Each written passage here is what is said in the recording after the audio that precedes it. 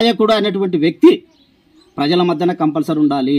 నెలకొకసారి ప్రతి ఊరిని టచ్ చేస్తుండాలి, లేదంటే 2 నెలలకు ఒకసారి ప్రతి ఊరిని టచ్ చేస్తుండాలి, ప్రతి కార్యకర్తను టచ్ చేస్తుండాలి, ప్రతి జనాన్ని టచ్ చేస్తుండాలి. మీ ఊరికి ఏం వచ్చిలేవు అని చూసుకోవాలి. ఫస్ట్ ఏమేమి పథకాలు, గవర్నమెంట్ పథకాలు ఏముండవి, మీ ఊరికి ఏమి వచ్చిలేవు, ఎన్ని వచ్చినాయి, ఎవరెవరికి వచ్చిలేవు, ఎందుకు వచ్చిలేవు అనేటువంటిది మనం వెరిఫికేషన్ చేసుకొని ముందుకు నడిచినట్టయితే ప్రభుత్వం మరొకసారి రావడానికి అవకాశాలు ఉంటాయి. కానీ ఇటువంటి ఆలోచనతో ఉంటే నిజంగా సంవత్సరం 6 నెలలకే దగ్గర వ్యతిరేకత ఫుల్ వచ్చింది. కాబట్టి దాన్ని రూపుమాపాలనుకుంటే ఇన్ఛార్జీలకు సంబంధించినటువంటి వారు, ఇప్పుడు ఉన్నటువంటి ఇన్ఛార్జీలు ఎవరైతే ఉన్నారో ఎమ్మెల్యేలు కానీ ఇన్ఛార్జీలు కానీ, వాళ్ళు కష్టపడి పనిచేయాలి కాంగ్రెస్కి యొక్క 3.5 సంవత్సరాలు, లేకపోతే మళ్ళీ జీరో అయిపోతుంది. కాబట్టి మీరు అధిష్టానం నిజంగా నటరాజం వచ్చింది ఇన్ఛార్జ్ ఏఐసిసి అమ్మాయికి తెలంగాణకి చాలా వండర్ఫుల్.